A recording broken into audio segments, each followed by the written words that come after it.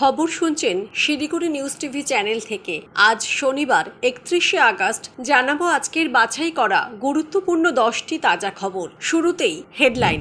অভিষেক বন্দ্যোপাধ্যায়ের নাম করে 4 কোটির তোলাবাজির অভিযোগ, ধৃত তৃণমূল নেতা।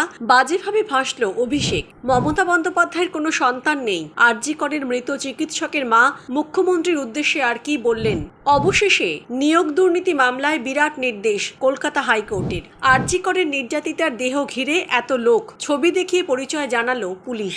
ধর্ষণ বিরোধী করা আইন আনুন, প্রধানমন্ত্রীকে চিঠি দিয়ে ফের জোরালো সওয়াল মুখ্যমন্ত্রী মমতার। টাকা ফেরত পাবেন রোজভ্যালির আমানতকারীরা। 19.40 কোটি দিল ইডি। শুরু হলো প্রক্রিয়া। ঘূর্ণিঝড়ের সরাসরি প্রভাব নেই বঙ্গে। কেমন থাকবে রাজ্যের আবহাওয়া? আজকের খবরগুলো বিশেষ গুরুত্বপূর্ণ, তাই খবরগুলো মন দিয়ে শুনুন এবং প্রতিদিন সঠিক খবর নিয়মিত শোনার জন্য শিলিগুড়ি নিউজ টিভি চ্যানেলটিকে সাবস্ক্রাইব করুন। আসছি বিস্তারিত খবরে। খোদ তৃণমূল কংগ্রেসের সর্বভারতীয় সাধারণ সম্পাদক অভিষেক বন্দ্যোপাধ্যায়ের নাম করে ভুয়ো লেটারহেড ছাপিয়ে কোটি কোটি টাকা তোলাবাজি, এমনই চাঞ্চল্যকর অভিযোগে চিনার পার্ক এলাকার এক তৃণমূল নেতাকে গ্রেফতার করল পুলিশ। ধৃত ওই তৃণমূল নেতার নাম কৌশিক সরকার। অভিযোগ, অভিষেক বন্দ্যোপাধ্যায়ের নামে ভুয়ো লেটারহেড ছাপিয়ে অনেকদিন ধরেই তোলাবাজি চালাচ্ছিলেন কৌশিক সরকার নামে ওই তৃণমূল নেতা। শেষ পর্যন্ত দক্ষিণ দিনাজপুরের বাসিন্দা এক ব্যবসায়ীর অভিযোগের ভিত্তিতে বৃহস্পতিবার রাতে ওই তৃণমূল নেতাকে গ্রেফতার করে শেক্সপিয়ার সরণি থানার পুলিশ। অভিযোগ, বাংলাদেশে ট্রাক পাঠানোর লাইসেন্স করিয়ে দেওয়ার প্রতিশ্রুতি দিয়ে ওই ব্যবসায়ী থেকে প্রায় 26 লক্ষ টাকা নিয়েছিলেন ওই তৃণমূল নেতা। অভিষেক বন্দ্যোপাধ্যায়ের ব্যক্তিগত সচিবদের নাম ব্যবহার করেও প্রতারণা করতেন ওই তৃণমূল নেতা। পুলিশ সূত্রের খবর, কৌশিক সরকার নামে ওই তৃণমূল নেতার বিরুদ্ধে অতীতেও জমি জালিয়াতির অভিযোগ উঠেছিল। তারপরেও তৃণমূল নেতা হিসেবেই এলাকায় দাপট ছিল তার। শাসক দলের বিভিন্ন নেতার নাম করেই 3 কোটি টাকা তুলেছিলেন বলে অভিযোগ। এদিনই ধৃত তৃণমূল নেতাকে ব্যাংকশাল আদালতে পেশ করেছে পুলিশ। কৌশিক সরকার নামে ওই তৃণমূল নেতার সঙ্গে বড় কোনো প্রতারণা চক্রের যোগ আছে কিনা তা খতিয়ে দেখছে পুলিশ। আরজি করের চিকিৎসকের ধর্ষণ ও হত্যার ঘটনার পর 21 দিন অতিক্রান্ত।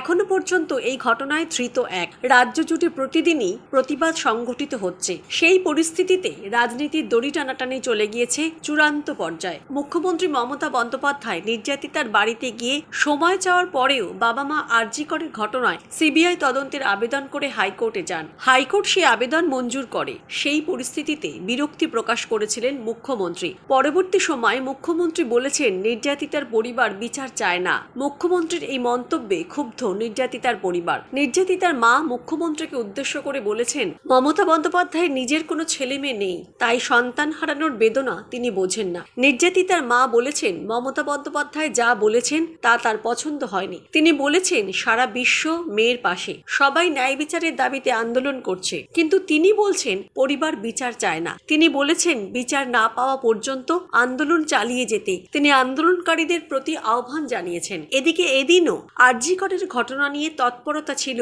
সিবিআইয়ের মধ্যে। সিবিআই ইতিমধ্যে যেখানে দেহ উদ্ধার হয়েছে বলে দেখানো হয়েছিল সেখানে বারবার গিয়েছে। নির্যাতিতাকে ঢেকে রাখা চাদর নিয়েও প্রশ্ন উঠেছে। কলকাতা পুলিশের তরফে বলা হয়েছে, তাদের ভিডিওগ্রাফির সময় মৃতদেহের উপরে নীল চাদর ছিল। অন্যদিকে নির্যাতিতার বাবা মা বলছেন, তারা যখন মেয়েকে দেখেছিলেন সেই সময় তার গায়ে ছিল সবুজ চাদর। ফের একবার হাইকোর্টের প্রশ্নের মুখে রাজ্যের মুখ্য সচিবের ভূমিকা।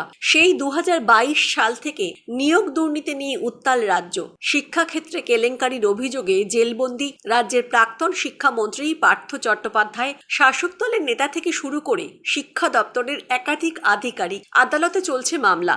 বহুদিন আগেই রাজ্যের কাছে নিয়োগ দুর্নীতির জেরে গ্রেফতার হওয়া সরকারি আধিকারিকদের বিরুদ্ধে বিচার প্রক্রিয়া শুরু করার অনুমোদন চেয়েছিল কেন্দ্রীয় তদন্তকারী সংস্থা সিবিআই। এই নিয়ে চূড়ান্ত সিদ্ধান্ত নিতে কতদিন সময় লাগবে তা জানতে চেয়ে রাজ্যের মুখ্য সচিবের কাছে একাধিকবার রিপোর্ট তলব করে কলকাতা হাইকোর্ট। তবে এখনো সেই বিষয়ে কোনো সদুত্তর মেলেনি। কেন এতদিনেও অভিযুক্ত সরকারি আধিকারিকদের বিরুদ্ধে বিচার প্রক্রিয়া শুরু করার জন্য প্রয়োজনীয় অনুমোদন দেননি মুখ্য সচিব? এবার সেই নিয়ে ফের প্রশ্ন তুলল কলকাতা হাইকোর্ট। এদিন সেই মামলার শুনানিতে অভিযুক্তদের আইনজীবীরা আদালতে বলেন, যারা জামিনের আবেদনকারী তারা প্রায় সকলেই সিনিয়র সিটিজেন। পাল্টা কটাক্ষের সুরে ডিভিশন বেঞ্চ বলে, দুর্ভাগ্যক্রমে তারা সিনিয়র সিটিজেন, আর যারা প্রতারিত তারা সকলেই যুবা।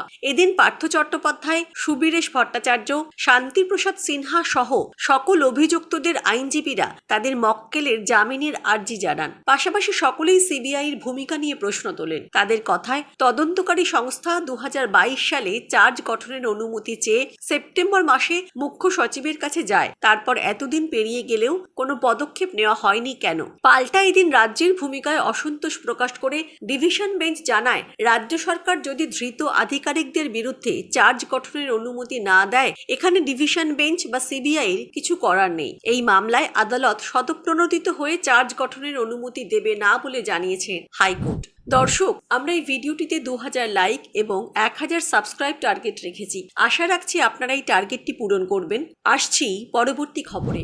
আরজিকর হাসপাতালে তরুণী চিকিৎসককে ধর্ষণ খুনের 18 দিন পর প্রকাশ্যে আসে সেমিনার রুমের ভিডিও ও ছবি। ভাইরাল হওয়া সেই ভিডিও ও ছবিতে দেখা গিয়েছে নির্যাতিতার দেহ উদ্ধারের পরেই সেখানে গিজগিজ করছে ভিড়। চাঞ্চল্যকর ভিডিও তুলে নানা প্রশ্ন। সেমিনার রুমে এরা কারা? শুক্রবার এক সাংবাদিক বৈঠকে সেই ছবিতে উপস্থিত ব্যক্তিদের পরিচয় সামনে আনলেন ডিসি সেন্ট্রাল ইন্দিরা মুখোপাধ্যায়। গত 9 আগস্ট আরজিকর হাসপাতালে ঘটে যায় নৃশংস ঘটনা। হাসপাতালের সেমিনার রুম থেকে উদ্ধার হয়েছিল দেহ।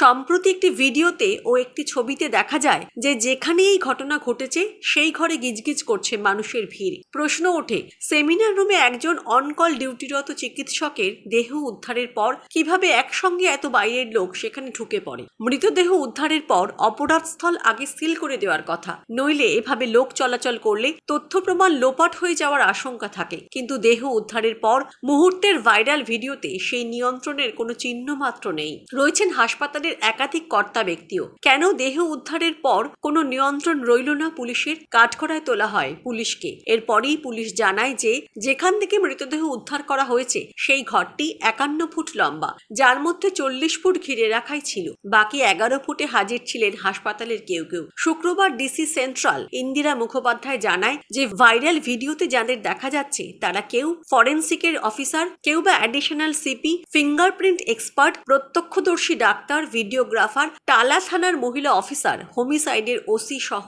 আরো অনেকে। ছবি ধরে সেখানেই মার্ক করে দেখিয়ে দেয় ডিসি সেন্ট্রাল ইন্দিরা মুখোপাধ্যায়। ফের মুখ্যমন্ত্রীর চিঠি প্রধানমন্ত্রীকে। ধর্ষণ বিরোধী কড়া আইন আনার দাবি জানিয়ে প্রধানমন্ত্রীকে চিঠি দেওয়া হলেও তার উত্তর প্রধানমন্ত্রীর তরফে না পাওয়ায় রীতিমতো ক্ষুব্ধ মুখ্যমন্ত্রী মমতা বন্দ্যোপাধ্যায়। একই সঙ্গে তিনি চিঠিতে লেখেন, নারী ও শিশু কল্যাণ মন্ত্রকের মন্ত্রীর তরফে যে চিঠির উত্তর এসেছে তা আমার প্রশ্নের উত্তর নয়।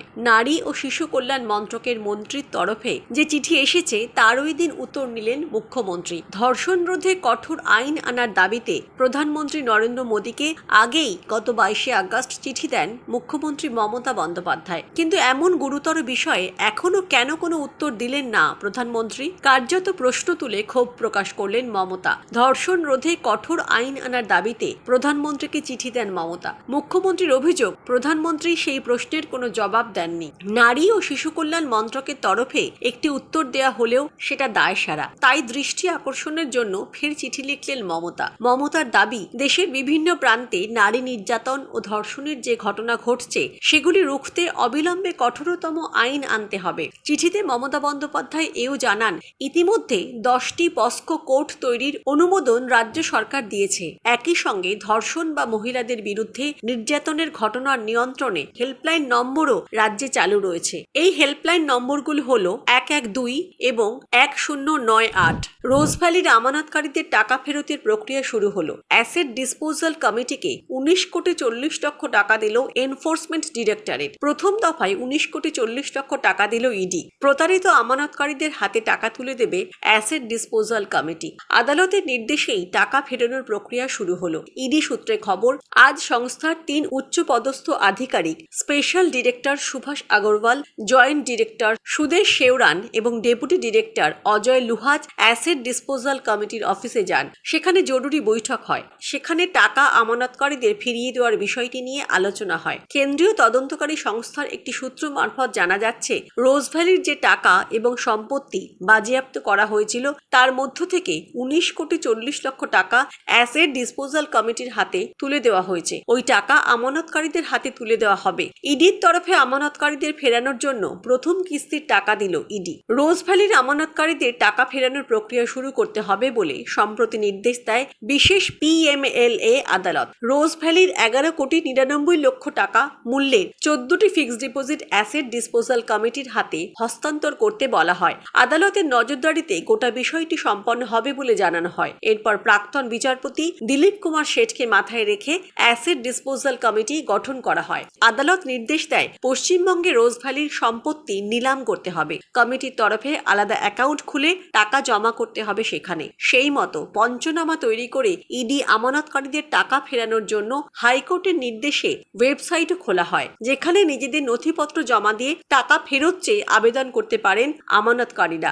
সেই নথি যাচাই করে আমানতকারীদের প্রাপ্য টাকা ফিরিয়ে দেওয়া হবে বলে ঠিক হয়। সেই মতোই এবার টাকা ফেরানোর প্রক্রিয়া শুরু হলো। নিম্নচাপের প্রভাবে উত্তাল হতে পারে বঙ্গোপসাগর। অন্যদিকে আরব সাগরে একটি ঘূর্ণিঝড় তৈরি হতে পারে। তবে নিম্নচাপ বা ঘূর্ণিঝড়ের সরাসরি কোনো প্রভাব বাংলায় পড়বে না বলে জানাচ্ছে আলিপুর আবহাওয়া দপ্তর। বঙ্গোপসাগরে তৈরি হয়েছে নিম্নচাপ। মধ্য এবং উত্তর বঙ্গোপসাগরে এই নিম্নচাপটি আরও শক্তিশালী হবে। পশ্চিম মধ্য এবং উত্তর পশ্চিম বঙ্গোপসাগরে তা গভীর নিম্নচাপে পরিণত হবে। এই নিম্নচাপটি ওড়িশা এবং উত্তর অন্ধ্রপ্রদেশ উপকূলের দিকে এগোতে পারে। আলিপুর আবহাওয়া দপ্তর জানাচ্ছে উত্তরবঙ্গের পার্বত্য এলাকায় হালকা বৃষ্টিপাতের সম্ভাবনা রয়েছে। শনি এবং রবিবার দার্জিলিং, কালিম্পং, জলপাইগুড়ি, আলিপুরদুয়ার ও কোচবিহারে বজ্রবিদ্যুৎ সহ বৃষ্টিপাতের সম্ভাবনা বেশি। অন্যান্য জেলাগুলিতে হালকা থেকে মাঝারি বৃষ্টিপাত হতে পারে। আপাতত দক্ষিণবঙ্গে বৃষ্টিপাতের পরিমাণ কমবে। ভারী বৃষ্টির সম্ভাবনা নেই। বাতাসে জলীয় বাষ্পের পরিমাণ বেশি থাকবে, ফলে অস্বস্তি বাড়বে, সঙ্গে বাড়বে তাপমাত্রাও। আজকের খবর এই পর্যন্তই। পরবর্তী খবরগুলো সবার প্রথমে শুনতে শিলিগুড়ি নিউজ টিভি চ্যানেলটিকে সাবস্ক্রাইব করুন। ধন্যবাদ।